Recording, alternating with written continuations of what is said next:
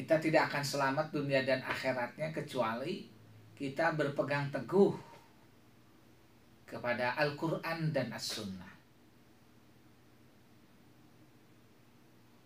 Dan dalam aplikasinya ataupun dalam pelaksanaannya, ya, kita sudah memiliki figur, ya, sudah memiliki figur panutan, ya, bahkan desain, model, role model, bagaimana kita itu betul-betul mampu, ya, melaksanakan syariat Islam dengan sebaik-baiknya, ya, bahkan mampu, ya, mendapatkan kebahagiaan dunia dan akhiratnya.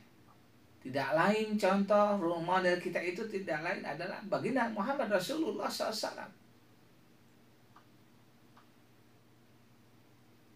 Dan karena kesempurnaan akhlaknya lah,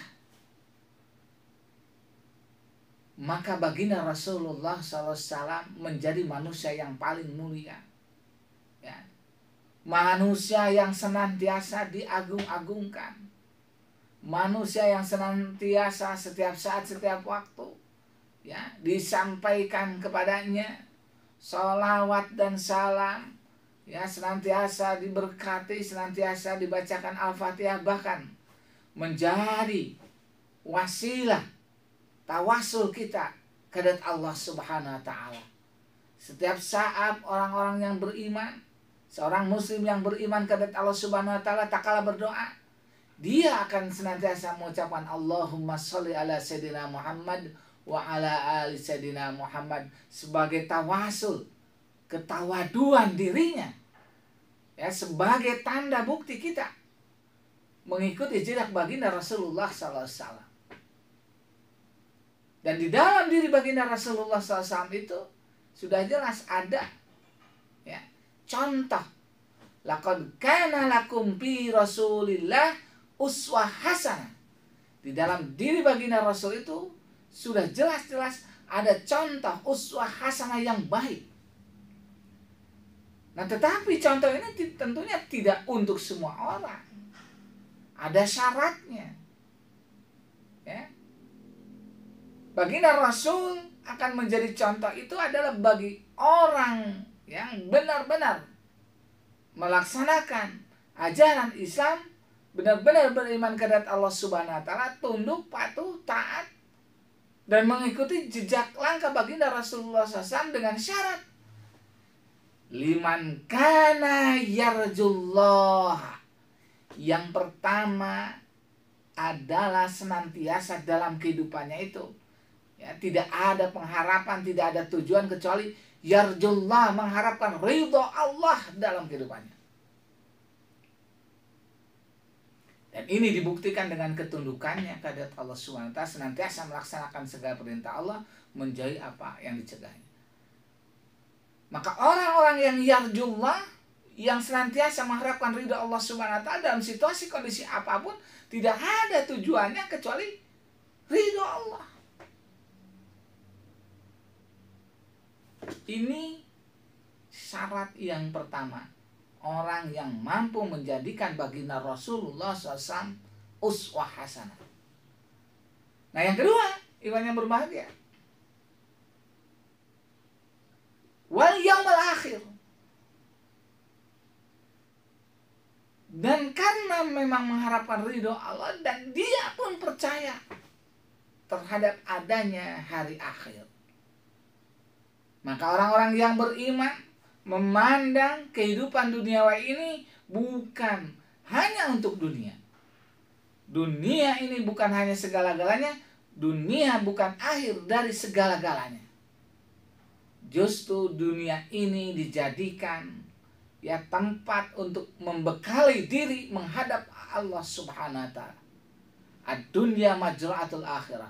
Dunia ini tempat untuk menanam semua kebaikan-kebaikan, amal-amal ibadah, amal-amal soleh sebagai bekal menghadap kehadirat Allah Subhanahu wa Ta'ala. Itulah orientasi kehidupan orang-orang yang benar-benar beriman kepada Allah Subhanahu wa Ta'ala.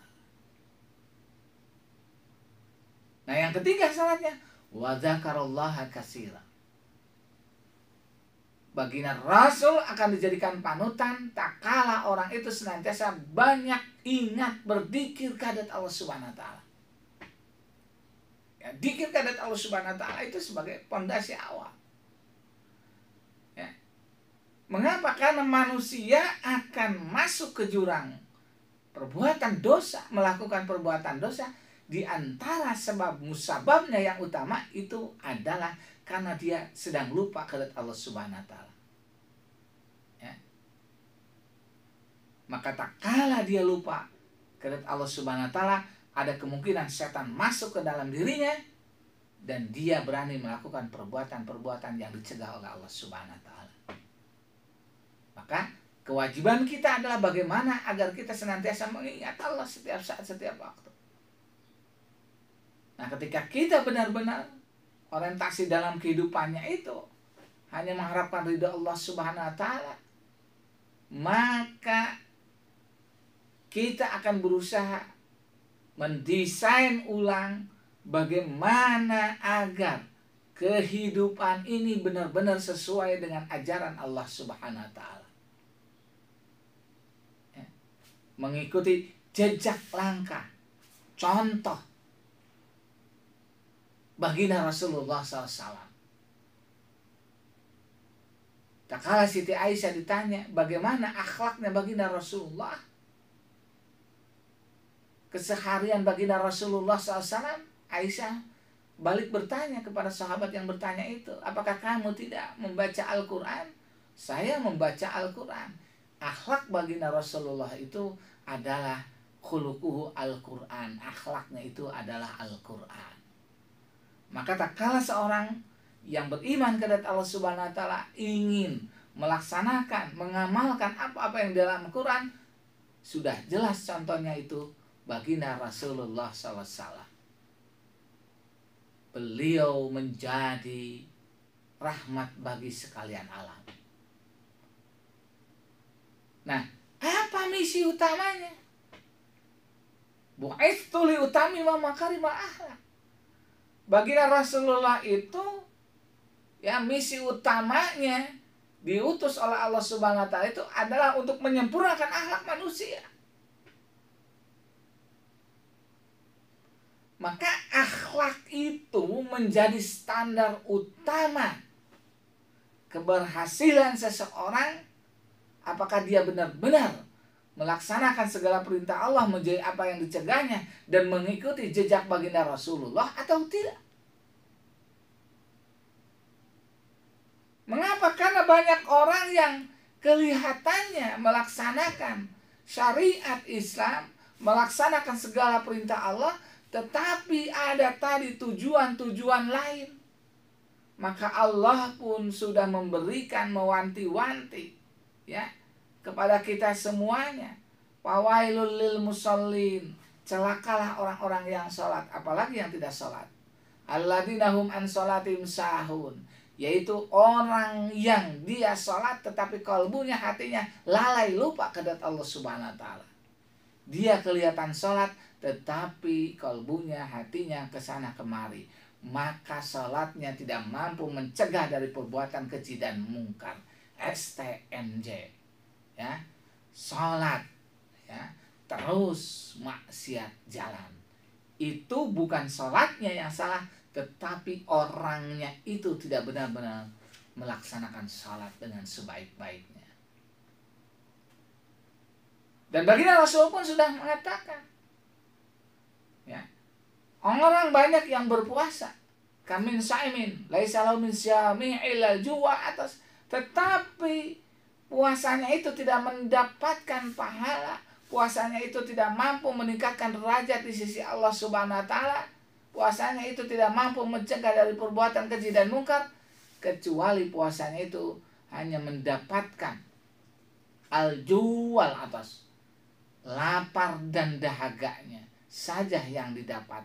Mengapa? Karena niatnya bukan karena Allah Subhanahu wa taala. Ya, begitu juga ya perintah-perintah Allah yang senantiasa dan wajib dilakukan oleh seorang yang beriman, seorang muslim yang beriman kepada Allah, tak kala niatnya bukan yarjullah, ya, tidak dibarengi dengan senantiasa hatinya, ya, kalbunya ingat kepada Allah Subhanahu wa taala, ada kemungkinan dia masuk kepada niat-niat yang lainnya, niat-niat selain Allah.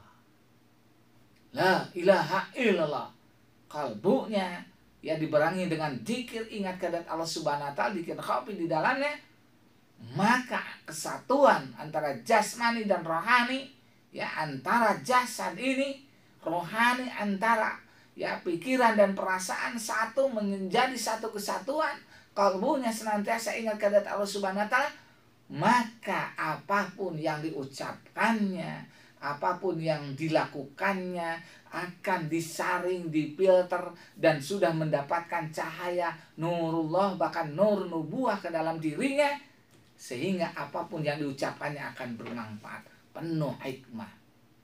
Begitu juga semua perilaku dan perbuatannya penuh manfaat, bahkan menjadi rahmatan lil alamin. Itulah yang dicontohkan oleh baginda Rasulullah SAW. Ya, insya Allah, tak kala kita istiqomah, Allah sudah menjanjikan tidak ada cara lain, alat lain, jimat lain yang akan menenteramkan, membahagiakan kalbu seorang manusia kecuali dia senantiasa berzikir ingat kepada Allah Subhanahu wa taala. Ala bidzikrillahi tatmainnul qulub. Maka tak kala seorang manusia, ya, senantiasa berzikir ingat kepada Allah Subhanahu wa taala di dalam kalbunya setiap saat, setiap waktu, maka perilakunya pun akan baik. Ya. Akhlaknya pun akan baik. Dan di dunia saat ini, apalagi di era medsos, Masya Allah, ya, kurang-kurangnya kita itu akan stres, ya, kurang-kurangnya akan bingung mana hoak, mana yang bukan, mana yang benar-benar menjadi panutan kita, mana yang hanya orang-orang hipokrit dan orang-orang munafik. Satu sama lain, ya, sulit untuk membedakan kalau kita tidak punya saringan filter yang benar-benar canggih di dalam kalbu kita semuanya, ya. Dan menjadi orang yang baik saat ini, menjadi orang soleh saat ini, yang benar-benar berpegang teguh kepada ajaran Allah dan mengikuti jejak baginda Rasulullah SAW, itu harus menjadi orang-orang nekat. Kata Profesor Tafsir itu, menjadi orang baik sekarang itu harus menjadi orang nekat, ya. Dalam artian dia harus beda dari orang lain. Orang lain suka korupsi, dia tidak suka korupsi. Orang lain, ya, suka tenar, dia tidak suka tenar. Orang lain, ya, mencaci maki, dia tidak pernah mencaci maki. Dan berbagai macam, ya, perbuatan-perbuatan, perilaku-perilaku yang justru, ya, sulit untuk dihindari oleh orang kebanyakan saat ini. Nah, tinggal kitanya, ya, mau menjadi orang yang benar-benar mengikuti jejak baginda Rasulullah SAW ataupun tidak. Baginda Rasulullah itu menjadi panutan. Mengapa manusia sampai sekarang, apalagi orang yang beriman, senantiasa mengagungkannya, senantiasa disebut-sebut dalam sejarah karena keluhuran budinya, ya, akhlak budi pekertinya yang begitu mulia. Bahkan musuhnya sendiri begitu kagumnya. Dalam sejarah, ya, banyak menceritakan bagaimana baginda Rasulullah SAW mencintai orang-orang yang membencinya, ya. Sampai ada satu riwayat yang sangat terkenal, ya, seorang Yahudi yang senantiasa mencaci makinya, padahal dia buta, dan dia setiap saat mencaci maki, ya, ketika ada orang yang lewat kepadanya, dia langsung menyebarkan hoak, menjelek-jelekan, mencaci maki baginda Rasulullah SAW. Dan baginda Rasul pun tahu itu. Akhirnya beliau pun datang kepadanya, ya, Dan di hadapan beliau mencaci maki, tetapi beliau tetap tidak melakukan apapun kecuali justru menyayangi orang itu, bahkan menyuapinya. Setiap hari datang beliau kepadanya, menyuapinya terus, setiap saat, setiap waktu, ya, sampai beliau meninggal. Beliau tetap menyuapi orang yang suka mencaci makinya itu.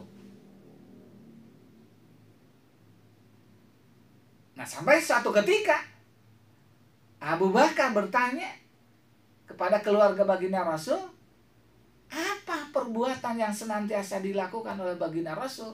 Aku ingin mencoba melakukannya. Akhirnya ketika baginda Rasul meninggal, Abu Bakar pun berusaha menggantikan posisi, ya, berusaha mengikuti jejak baginda Rasul, menyuapi orang itu.